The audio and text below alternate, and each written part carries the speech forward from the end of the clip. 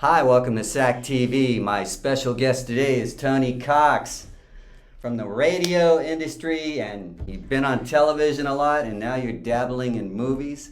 Yes.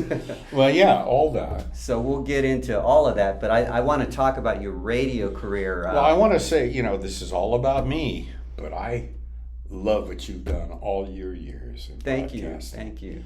Especially your radio and Sacramento TV and music scene, Alex.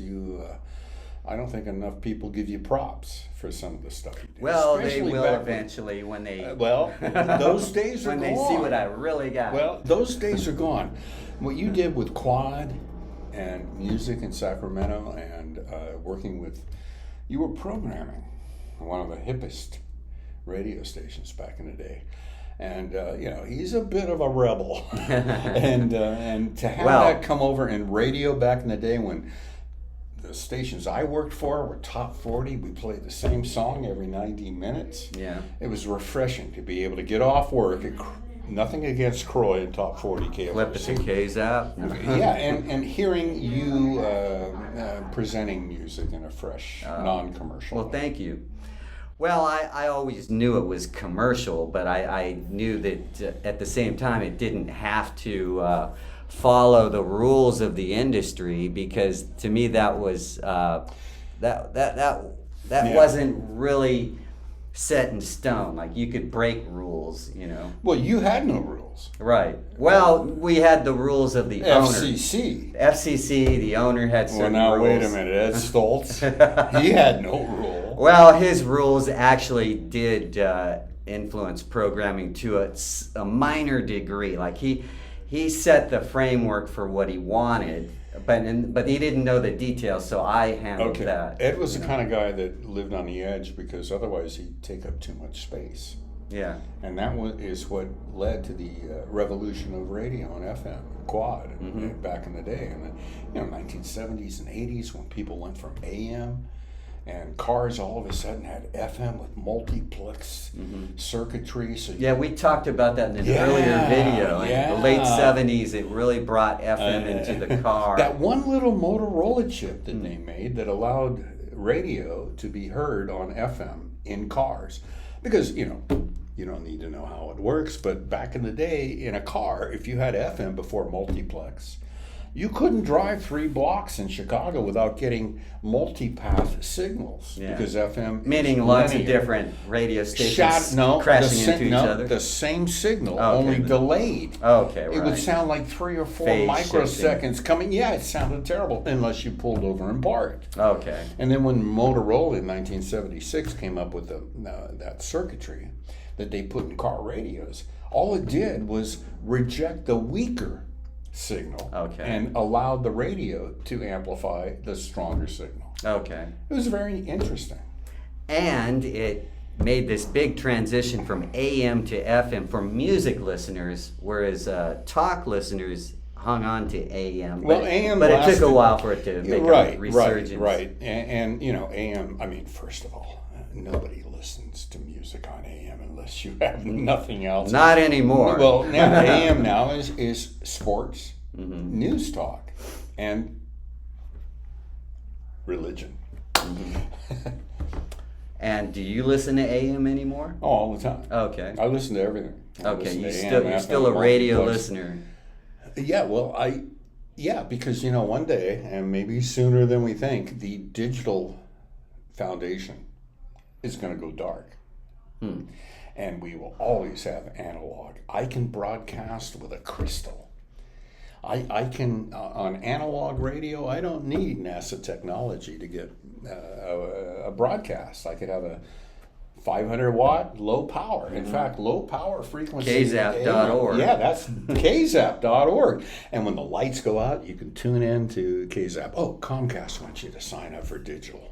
I want to sign off of this screen. Anyway, so how are you? Great. So recently we were on radio together on Pat Walsh's show on KFBK. Oh. Remember that? like National Radio Day. Oh, that's right. Yeah, you made You're a the phone one call. who asked me on Facebook. You called in. And you asked me on And you Facebook to did. call in, and I did. And he did. So I do follow his Facebook. I guess you did. And it was you contributed a lot to the conversation. Well, I thought, wow, this is my first time back on radio in a long time. So I better make it exciting. Well, you did. Pat Walsh has a very exciting presentation. I wonder, is he's been doing it a long time. Did he ever do Top 40 radio? Yeah. Okay. Was he on from KROY? Chico State. Okay. No, he worked at a college station. Okay. What's Butte College he graduated from. Okay. And he had a degree in broadcasting. He worked TV, he worked radio. But he grew up listening to me. Really? Oh, yeah. And so did I. Yeah, well, it's because I'm old. And so when he graduated Butte College, I was programming an AM station here in Sacramento. I remember that. That's where the owners went to prison for a while for taxi. No, that was way before that. Or was that a different station? That was a different. That was 10Q in Folsom. Oh yeah, and we were actually FM. But and that was a good station. I liked. We rocked. I liked. Oh my God, we rocked. Yeah. And I was program director. Oh, is that? Hey, it's Xfinity wanting me to sign up. No, I'm kidding. Yeah, so let's move ahead about 12 years from that. And I was working at KFRC as their creative and production. When they became an oldies station in San Francisco, after their heyday. It was 1991. Yeah. And we had it was when the FCC deregged, and we could buy every state. I worked for American Radio, I think it was, before it became whatever it was. Mel Carmazon, actually. It was. Okay. And so KFRC was bought by that corporation, and then 3 months after I was hired, we bought KYA, brought all those people in. We also became the flagship station for 3 sports franchises, the A's, the Raiders, and the Sharks. And as creative director, I was privileged to be able to work with the sports franchises, the 2 FMs, and the 2 AMs in San Francisco. Yeah, that's I'd already good. worked LA and Chicago, and I did some syndication in New York. Done it all. Yeah, well, I still haven't done it all. And so, so that time of radio was the paradigm shift between analog and digital. Before people had internet, we were able, KFRC and other broadcast companies were able to take simple email before Google, before Yahoo, and we were able to work with the internet before anyone. It was still the dub World Wide Web. Hadn't even come up with the internet yet, 1994. And so we were one of the first to be able to take different radio stations and franchises and put them together in a digital world. 1 week after I was hired at KFRC, Brian White hired me in 1993. I was there a week, and their studios were legendary. Phil Luza was their engineer, and amazing. KFRC was always known for its technical leadership. And so I was there a week, and we had 5 studios for production. They all had 2-track analog tape machines, the best, all these specific recorder boards and turntables and cassette machines, analog to the max. Radio's heyday. Well, yeah. And so when I was hired there, they go, oh, by the way, Tony, we're going to send you to San Diego to Pacific Recorders, and you're going to take a week's course on something called a digital workstation. It was a 1 gig, Apple-based digital workstation. Wow. And that meant a lot, because in the old days, you had to track stuff in linear fashion. If you recorded a commercial, it was 30 seconds long. That's the way it was on that tape. You couldn't take this and move it over. Yeah. If you needed 3 phones ringing in that commercial, you had to put them there linearly. In other words, you would run the audio and you would insert by punching in the phone. Ring at 3 seconds. Ring at 12 seconds. And it was a separate recording. When digital came in, all you had to do was sample that sound effect and you could move it left or right. And it changed the world. So after a week in San Diego, I come back and Phil Lerza, our engineer, had removed all the tape decks and all the turntables, and there was this one little digital workstation with an analog monitor. And it changed the world of broadcasting. And so was that the beginning of your digital world? Well, Rick Shannon actually showed me how to do. Was he there at KSRC? He was at KFBK. Okay. And he was at KFBK here in Sacramento was the first to have a digital workstation. Oh, okay. And KFRC came about 3 months later. So thank God Rick Shannon showed me how to do non-linear, because I went and I go, wait a minute. What does that different track mean? How do you copy and paste and put into files? I mean, usually I'll take a reel of tape off, and it was that commercial, 3-inch reel. That's Folsom Lake Toyota right there. But with digital, it all became files. You didn't have tape. You couldn't take anything away. It was all in a file. And that was real foreign to us analog people.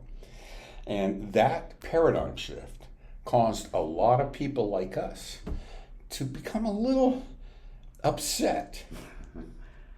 We didn't want to learn how to do the same thing over and over because we are so good at what we do. And so I loved editing analog tape.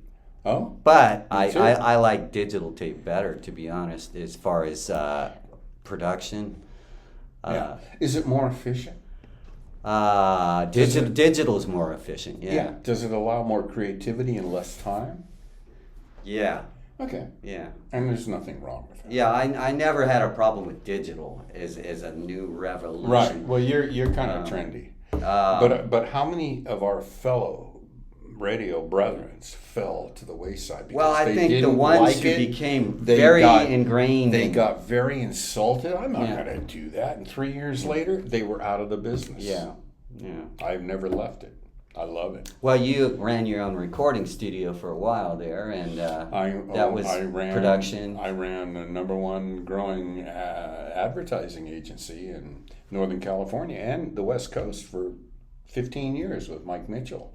We were the Sacramento Kings authorized marketing agent. Did you do the voice of that? Oh, everything. Wow. I wrote all the creative. I took Peja and Vladi and all the Kings players, and we did everything from every TV commercial from 1994 through 2005 was my creative. Every single one of them. There's a few I don't take credit for, but hey, you win, you lose. But yeah, I learned so much. I had a DP for one of the TV commercials we did with Vladi and Peja. A DP is a director of photography to film the commercials, and he taught me so much about blocking shots, much like what we just did here that he was so patient to do. This block right here is balanced. The lighting, look at the eye will always go to that.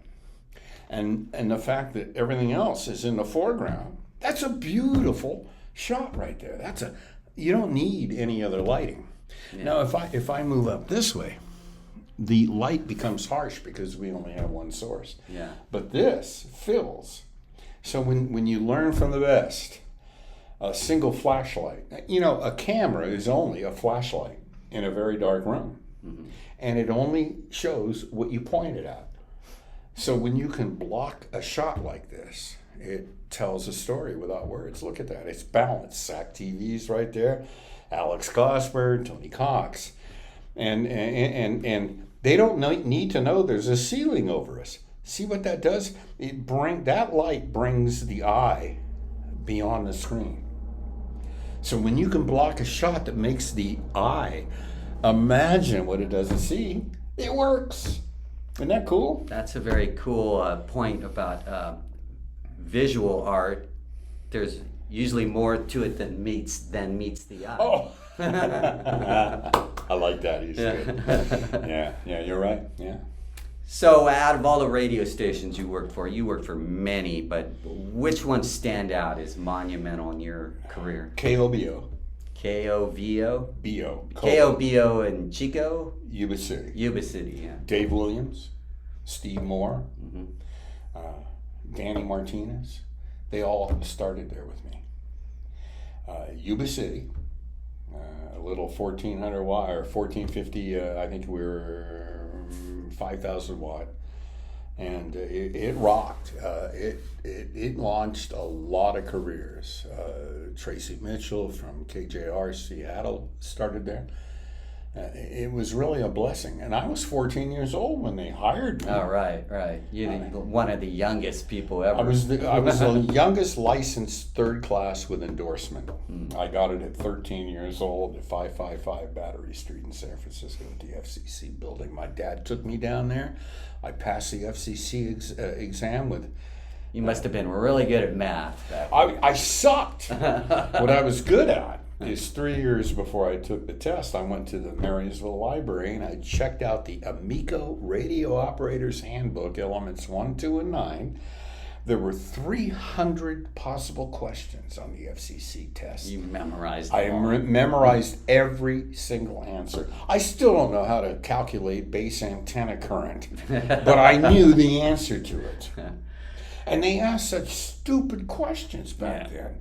Because as a licensed broadcaster, you were responsible for keeping that station without the modern computers. We had to make sure that everything was in line, because if you meter readings. Yeah, if the meter readings were off, your signal would go to Alaska and interfere with the 1450 up there. And so the FCC would. They'd come in. Oh, we got surprise inspections all the time. It was our greatest fear. Oh my God, the FCC is inspecting today. Okay, I got to take metering, and you had this guy with glasses and he knew nothing except the math, and he would come in. I was only there to play rock and roll on the radio station, but to get the gig, I had to be licensed. That doesn't exist anymore. It's funny because 1984 was the year I started, and I recall that was one of the first years where you didn't have to have all that. You didn't have to go to Battery Street. Right. I was just sent off for the license. You sent off and it came back in the mail. Third class restricted license. And I felt great because I bypassed that test. Your timing. However, I'm glad that I had to go through that hell, because it taught me a lot of respect for the infrastructure of what allowed us to broadcast. Yeah. The people, the geniuses. I guess the word nerd would happen with, most of the time the jocks on rock and roll radio stations didn't want to talk to the engineers. It was like your parent coming in and going, you got to be home by 5 and you can't drink and so I always loved engineers. Dan Rarick, I don't know if you knew who he was, but some of the greatest engineers. I got in with them because they would listen to me, and when I was on the air, I go, hey, my voice, can you do a little thing with that? And they put a little more compression on the mic. And back in the day, we would speed up turntables so we could play one more song in an hour, because it was only a little tempo quicker. I had a problem with that. Oh, well, a lot of people had that, including the engineer. Yeah. And they hated that. Yeah. Because the only way we could get a record to speed up back then, they didn't have strobe on the turntables. They were the Roscoe 3-gear heavy-duty turntable platters. But how we sped it up is we took the platter off and we would wrap Scotch tape, which is holding that sign up, around the capstan, and it would speed up the record. But the engineers hated it because it would wear down the rubber puck that drove the platter. Anyway, I don't want to get too technical. In the 80s, music really changed on the radio because it got very formatted. You had all these different format hybrids, and you were at KSFM, known as FM 102 at that time, and that was the top station in Sacramento, playing what was called contemporary hit radio. However, and it turned into the slant of the station was more of an urban or churban sound. And that's where Marcus Allen started, Chris Collins, Chuck Field. Here in Sacramento, if you were here, you know who Marcus Allen is, and he was the evening jockey. And he fell 21 years old. He fell off the billboard while he was doing a fundraiser. Well, that's interesting. Yeah. Ask me what I've done to raise money. How have you raised I've money? never fallen off a billboard, but I slept on a flagpole for a week and a half outside of College High. Wow. Never came down. I broadcast from a submarine underwater for 3 days. Never Wow. came up. I did a show for 3 days at Country Club Plaza in a bathtub filled with popcorn. I was dressed in a yellow jumpsuit to raise money. I have done cerebral palsy, muscular dystrophy. Yeah, I've seen your like telethons with Stan Atkinson, back Betty in Vasquez, 1980, Susan Gregory. Oh early yeah. When I first moved back from Chicago, Stan and I go way back. Further than KROY, like. When I was first hired at KROY, I was program director of KGOE in Thousand Oaks. And I got the program director award of the year in Billboard for small market programming, right outside of LA. And I always wanted to work at KROY, so I finally got a gig there, and I flew up on the airplane to Sacramento to do my first gig at KROY. And I walk on the PSA airplane from LAX to Sacramento. And back then, you didn't have to pre-board a month in advance and go through cavity checks to get on an airplane. You just walked up, bought the ticket, and you could board immediately. It was a whole different world. So I got there late out of LA to fly up to Sacramento for my interview, and I had a little box of 45s in my car. I didn't have carry-on. I was just going to be there for 2 days. So I had a box of 45s because I also had a DJ gig that night in Sacramento. One of my friends said, hey, if you're going to be in town, DJ. Mm-hmm. So I had a little box of 45s. I walk on the airplane at the last minute. It's a sold-out airplane except one seat. And it was next to Stan Atkinson. Really? That's how you met him? And here is this guy, just, he looked debonair. I mean, he looked like somebody different because Stan was different. On that airplane, all the other people looked like normal people, and Stan looked different. So I looked at him on the way up. I go, oh, I'm going to sit next to him. It's better than pretty much anyone else I can sit on. And before I sat down, I thought to myself, well, this guy that I'm going to sit next to is one of two people. He's either a used car salesman or a secret agent. Honestly, he had that debonair look. So I sit down next to Stan, we buckle up. They tell us what to do if the plane crashes and our seats float. I just said hi to him, and we take off. And we're in the air, and he goes, is that a box of 45s that you have? And I said, yeah. He goes, I used to be a DJ. Yeah, in the 50s he was a DJ. In the 50s. Yeah. In Seattle. Okay. And so I said, yeah, I'm a DJ. He goes, wow, where do you DJ? I go, well, I'm PD in Thousand Oaks, but I'm getting a gig in Sacramento, KROY. And he goes, well, so am I. I'm working at Channel 3. I just got hired as a anchor man there. Mm-hmm. I go, wow, cool. So we talk casually for the 45-minute flight. As we approach Sacramento, he goes, so Tony, how you, he goes, so Tony, where do you live? And I go, Governor Square at 5th and N. Downtown. I know that place. He goes, so do I. I go, really? I go, yeah, I just moved in 3 days ago. I knew I was getting a gig, and they put me up there, and I'm going to rent. And we found out that we were 3 doors down from each other. Wow. Yeah. So that was really our brotherhood right there. So he says to me as we're landing, so Tony, how you getting home? I go, my girlfriend's picking me up. And he says, do you mind if I get a ride with you? I say, absolutely.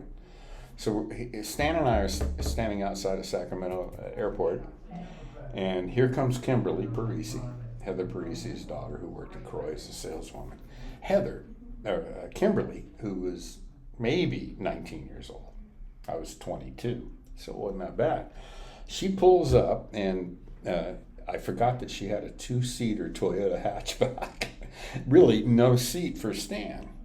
So she pulls up. I go, oh God, Stan, she'll take me home. I'll grab my car and I'll come back and pick you up. And he says, oh, Tony, don't worry about it. There's a hatchback. I can fold myself up and get in the back there. So we took the NBC new anchorman from the airport to our hotel, to our apartment, in the back of a Toyota hatchback with no seatbelt. And we became best friends from that point on. And he came on my show, a radio show back at KROY AM back in the day, many times. And Stan and I mean, he just passed away last year. He was 94. 92. And he and I became really good friends. And he was an amazing man. I mean, he was a true journalist. Everyone in Sacramento knew him, and they thought he was their friend. Yeah, and he was. Yeah. He was not pretentious at all. And he took the bull by the horns when he went to Afghanistan and covered, Vietnam and all. He was a true reporter.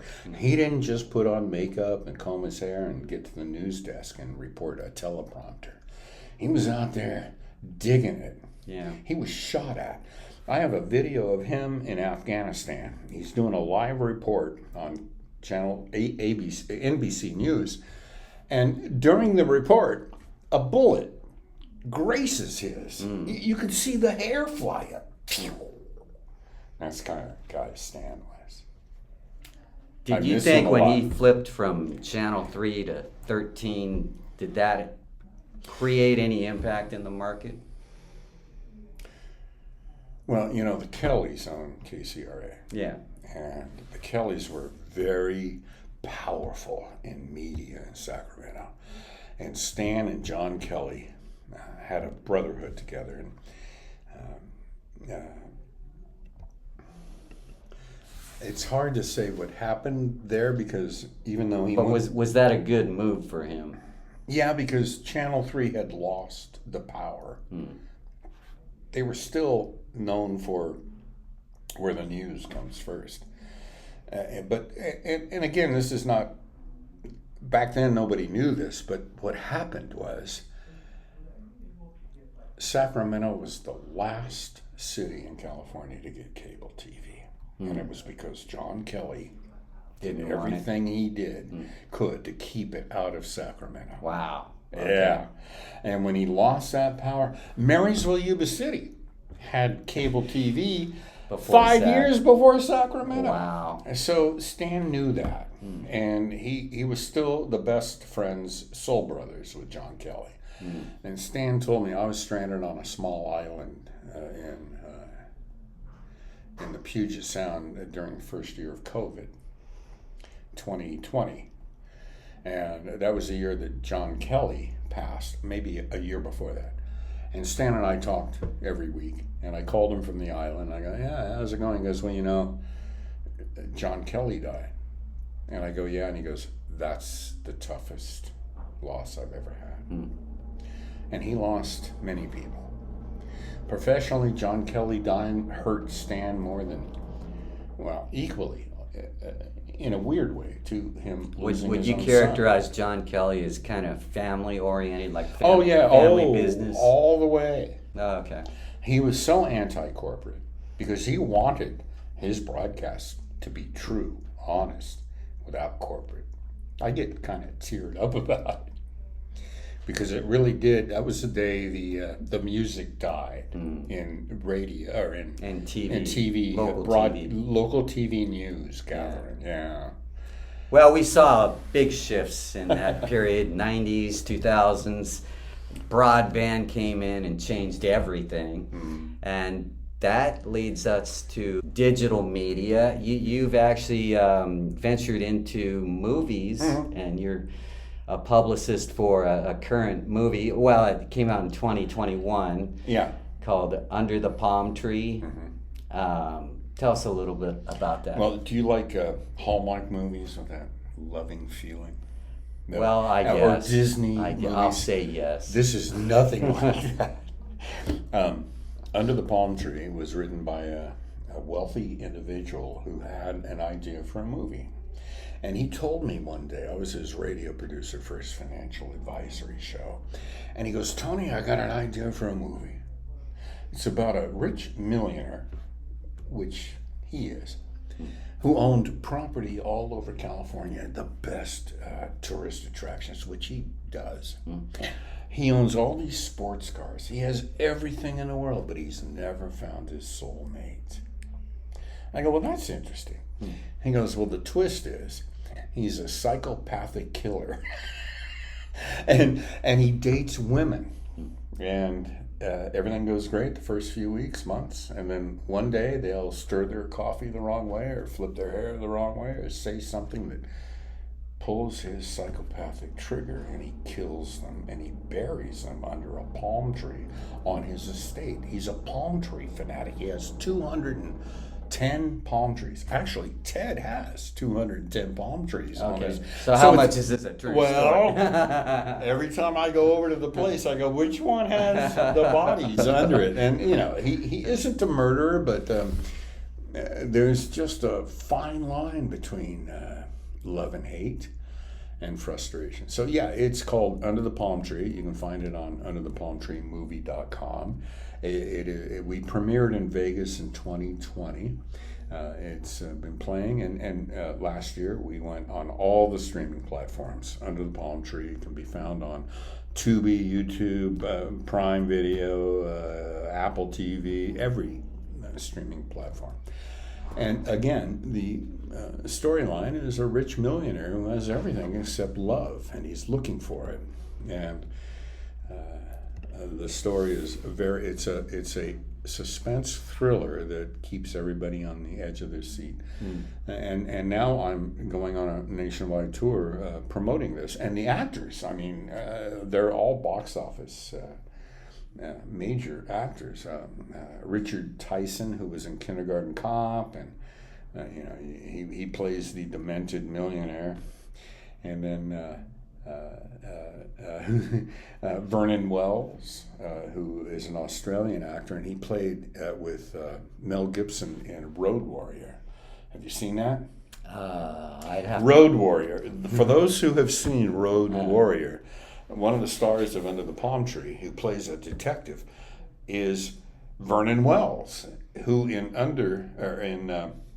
Road Warrior was the spike-haired dude. If we can get the trailer up, you can see all the images of what I'm talking about. And so I'm going to try to get that trailer to you. Oh yeah. And so is your trailer on YouTube? Yeah. So anyway, here we are in 2026. What do you see? There it is. What do you see in your future, Tony? Are you going to do more movies or be involved in movies? Or well, what? yeah. Marcus Allen is a very good friend of mine, and I trained him back at KSFM back in '88 when he first came here as a young DJ, 23 years old, and I was his production director. And as you know, DJs not only do their radio shows, but when they get off the air, they have to go and do production. Yeah, commercials. Commercials. And they could care less. They couldn't care less about doing commercials. And some of them would just be simple. You have to get off the air and go in and do tags for theaters. Did you guys get paid extra to No. do commercials? Oh, no, Is this part of the salary? Oh, yeah. They'd rather be out with their groupies and doing rock and roll radio, which I did too. Yeah. But it's what paid the bills. Yeah. So when they got off the air, I would give them production orders, and they would look at it and go, oh, God, I got 10 dubs to do. And all I have to say is, starts Friday at a theater near you. Use only as directed. It wasn't major production, but we needed because I couldn't do it all. Yeah. So I assigned all these things, and one day Mark came in and he goes, Tony, you changed my tag. You went and re-recorded. What did I do wrong? I go, well, you just didn't have the vibe, man. It was, you sounded stiff, and I put a little color into it. He goes, what do you mean Early color? AI. Well, I guess soul. It was soul before artificial. AI sucks. Yeah, right. It is a down. Yeah. It's the worst. In fact, That iHeart now has a slogan about we're all human. Oh yeah, human. Yeah. Work on that, Bill White. I mean, yeah. So what is real isn't real anymore. Everything's an illusion. Let me take you down to strawberry fields where nothing is real and nothing to get home about. Yeah. So that's kind of the Beatles are so prophetic in that nature. In fact, Yeah. In fact, your would Beatles you hat- grab that for me since we touched the B word? Because this is How much impact did the Beatles have on your life and career as far as getting into radio? And In 1964, I went and got my last crew cut. I was in a barber shop chair. My dad, we had 6 siblings, and all the boys every other Sunday got our haircuts, crew cuts, tight. And I was sitting in the barber chair looking at Life magazine, and on the front was the Beatles. No one had ever heard it. They were going to be on Ed Sullivan the following Sunday. Nobody had ever heard of the Beatles here in America. And I'm looking at them. I go, look at that hair. They called them the mop top. And so, when I went home that night, we all had dinner every night. Weird back then. It was weird. Families got together for dinner and they sat around the table and for an hour, and we would all clear the table and help Mom do dishes, and Dad would be home every night at 5, and we'd all, every night. And that night, that Sunday night before Ed Sullivan, before the Beatles came on, I go, Mom, Dad, the Beatles are going to be on Ed Sullivan tonight. They're a new rock and roll group. And we always watched it. And my mom said, oh, Tony, actually my name's Dave, but she said, Dave, you're talking about the Beatniks. She didn't know who the Beatles were. She goes, the Beatniks, those are the new music. I go, no, Mom, they're called the Beatles. And that night, we all sat around the TV, little black and white. And when they came on, it changed my life. I'd never seen anything like that. And I come from a musical family. And the fact that, I saw her standing there as a young boy about to go through puberty in a couple of years, I heard that song and I thought of Raquel Welch. I thought of all the beautiful women that I didn't even know why I was turned on by the music and by everything that next day. So I was raised in a Catholic school. I was in 4th grade, and the next day, that Monday morning, all the boys, their crew cuts, which used to be like that, we all combed it down, and it changed the world. Yeah. It really, really did. But it was more than just style. It right? was I mean, it was a paradigm shift. Yeah. And it was all innocence. It wasn't premeditated. Yeah. They didn't know what was going on. They were surfers riding the biggest wave from the oceans. And they didn't look back. They didn't look ahead. They were in the now. And it was tumultuous in the studio. Everybody thought the Beatles were getting along. Oh, if you look at Let It Be, the movie, if you can find the original uncut Let It Be, you can see the angst. Oh, yeah. I saw that in the theater. Oh. Yeah. Before they edited it. It's amazing they Before were together Disney got a for hold 10 of all years. that. Yeah, right. If you can find the original Let It Be, watch it, because it was a historical moment, a glimpse into then. And then when they brought Billy Preston on and Brian Epstein and how the collective energy that came together focused on these 4 lads, all the musical spotlights in the world went off of Little Richard, and all of the classics that were going on then, and they focused on the Beatles and the Stones, and I think the two of them, the Stones and the Beatles, revolutionized music altogether. Sure. And a lot of people don't realize it, but the Beatles are who discovered the Stones. Yeah, and they were not rivals. Like they the weren't media tried rivals. to No, portray. they weren't. And the funny thing is the Beatles were in high collar ties and suits, and the Stones were raunchy rock and roll. But in reality, it was the opposite. All the Stones were high educated college graduates. Mick has degrees, economic finance, and the Beatles knew nothing about anything. Yeah. But the image of the media that said, "Oh, the Beatles are so cool," and and the Stones portrayed the image of the Stones, and they were brilliant. They still are. and so had the Beatles been around 10 times more than they were, I don't know what music would be today, but it wouldn't be, period, because they were so different. John, George, Paul, and Ringo could not have come from different vibes. And when they all got together, it was like taking the three primary colors, red, green, and blue, and combining them and creating all these different shades from a multicolor universe. From a basic, yeah. And it still goes on today. Well, Beatlemania never died in my world. I always found it as like the beginning of something, and there was no middle or end. Oh, you're right. It still exists. Oh, today. It is. I can hear, and there's nothing like that today. There's nothing like that today. Even Paul McCartney isn't like that. And when they broke up, I mean, they were all, Paul and John were certainly the creative comets that came together in that group.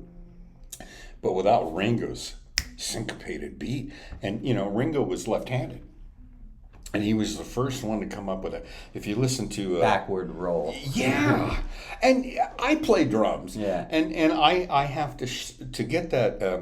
What does it come together? Boom, boom, boom. Yeah. And he's still got the kick in there.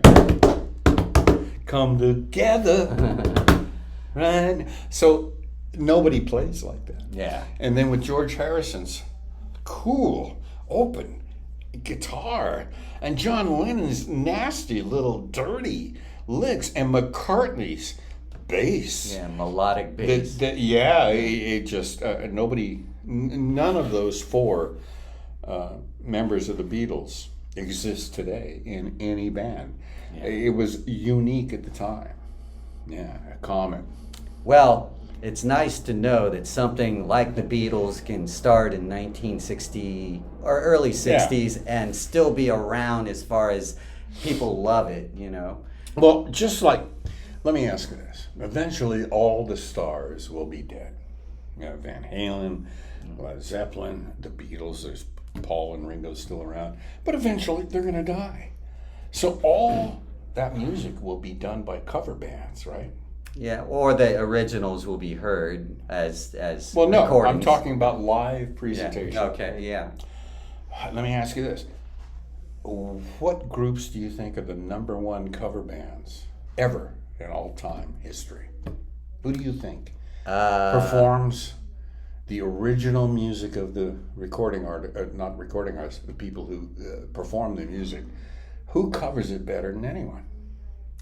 Not the Beatles, but original masterful songs. Well, I think Hits. people that are very accomplished musicians, I could name a bunch, but I mean, to me, even on the local scene, we have those kind of artists, like musicians who just learn their craft and are able to. And how do they compare to the originals? Well, they're interpretive. The original They'll Beatles never sound like. It's hard to compete with. So they will never. Right. They can only pay tribute. Yeah. So the number one cover band in the world is the London Symphony Orchestra. That's a good pick. They cover Bach, Beethoven like nobody business, and we've never heard the original. And that is the magic of what the Beatles did. That they were is the first a to good really point, come together, literally come together in the studio that has a foundation for the future tributes to bounce off of as a foundation to build their talent off of. We don't know what Bach sounded like, or Beethoven, or Stravinsky, or what's his name? Yeah, we rely on the mercy of we the rely London on Symphony interpretives, Orchestra. on notation. Yeah, right. Now, not everyone knows how to read music. Most people don't. Well, but, the Beatles didn't. Right. So there's no way of going back and it really doesn't checking, matter. unless you're a music teacher. And it really doesn't matter because it will never sound like the originals. And the funny thing is the director of the Philharmonic Orchestra has never heard the music that he's replicating. He's going off of a chart. And that's what's unique about symphony orchestras. They all interpret the original, and we've never heard it. So it's amazing that we haven't heard anything like. It's almost like the Bible, you know. It's Well, written 500 years after Christ walked the world. And you Yeah, have to, and there were lots of different versions of it, and Yes. eventually it all came together into one version that split off into other versions. So everything's subject to change. And well, everything is fluid. Yeah, And yeah. so nothing stays the same. Right, All things change. right. All Nothing- things must pass. George Harrison. That was Tower Records' final statement too. Oh yeah, it was. You remember on the Oh yeah. the No life, no music, Yeah. no music, no life. So we've been through a lot together all these years. Yeah, you did have a head start on me, and you saw the '60s that I only know from reflection and studying history, but to me that was still a great decade. And we didn't know it. Yeah, It didn't I'm not mean someone any who different. thinks like the trendy people want you to think that the only thing that matters is the current trend. Really? Yeah, the trendy producers. Well, today trend is a microsecond. But see, internet changed everything because internet makes it so you can just you have any decade at your fingertips. You didn't have that back in the 60s, 70s, 80s, 90s. Well, you did, but it wasn't worldwide. It was You couldn't just from your home Well, you didn't pick know. something It didn't and matter. start listening We didn't to it. need to know. Right. I grew up with NBC, CBS, ABC, and maybe UHF. Yeah. From the time I was a little kid all the way up to about 20 years old, I only had 4 TV stations. Yeah. And I saw everything from Andy Griffith. I saw movies that weren't even movies because it was all made for TV. Today, if I turn on my cable TV, I got 5,000 different programs Yeah. that I could watch. But yet I only have 24 hours in a day, 2 eyes, 2 ears. Yeah. So that's the problem. Quantity Right. is marketable. Quality doesn't matter anymore. What's There's going quantity of quality is the thing. that doesn't exist. It doesn't exist. Well, the two internet allows cannot. it. No, the saturation of selection of numbers of things. If I sit down to dinner and I'm really hungry and I want to watch the news, there's 500 different stations. I can watch Como in Seattle. I can watch Channel 3 here in Sacramento, Channel 10, Channel. There are so many conduits for content. If I want to watch a movie, I turn on Prime or I turn on Hulu, and there's 10,000 movies to watch. That puts a responsibility on me. To choose How am the I best gonna one spend- for your Well, time. Well, yeah, time. Time is no longer of value. It's like the truth. Truth doesn't matter anymore.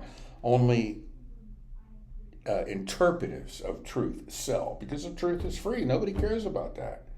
If Fox says something, CBS, CNN covered the same story, there's 3 different takes on that. How do I feel right now? I don't want to hear that. I want to see the same thing. It's like the Super Bowl. 220 cameras cover the Super Bowl, and they still have controversy on a play. Well, Yeah. let's look at it from this angle. Right. And the referee said this. That ain't life. That's media. That's true. And they only do it because you watch it long enough to see the advertisement. Nothing pisses me off more, and I use the word pissing in the proper pronoun, than being on social media, looking at something that you're looking at, and right when it comes to the slug line, an advertisement Yeah, comes on for YouTube. feminine hygiene. Yeah, YouTube needs to learn from radio people like us. Oh, yeah. Well, with that, Tony, it's been great talking with you, and we could talk Thank for you, hours Alex. and hours and hours about more stuff about radio and media. And But now, let's get connected to Wi-Fi. yeah, all right. Isn't it weird that there's no attention span anymore? Yeah. Well, 1 second is still 3 seconds. Yeah. I build websites, and I know that you put the slug line right up front. If I can get somebody's attention on social media with the ads I place there for clients, everybody I have, including under the palm tree, if I can put a 30-second video up and the first 3 seconds keep people there, You won. I can keep them for 12 seconds. And if I keep them for 12 seconds, I got something called an ROI, return on investment. And they will give me money for that, even if they don't buy the product. Fear is prominent. You can't. I can't go on my Facebook page and say, "Hey, it's a beautiful day outside. Look at all the beautiful clouds," and somebody say, "Well, that's because Newsom or Trump or."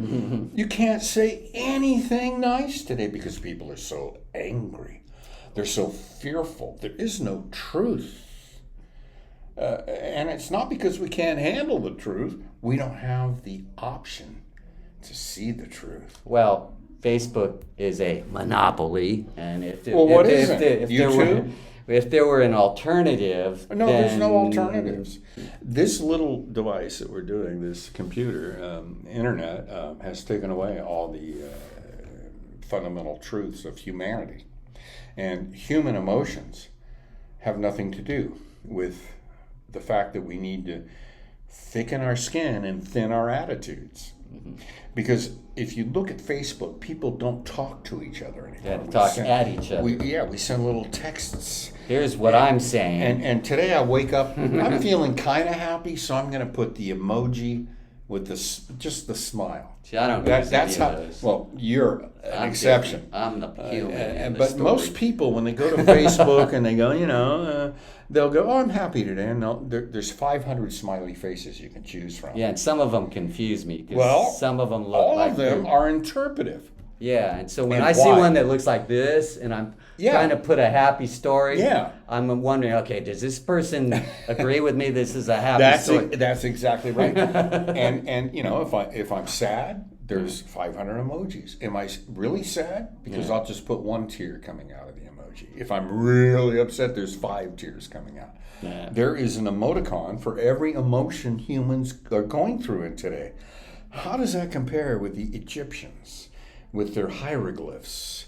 And the only reason they had to make images of ankhs and snakes and eyeballs is because people came into Egypt speaking different languages. Yeah.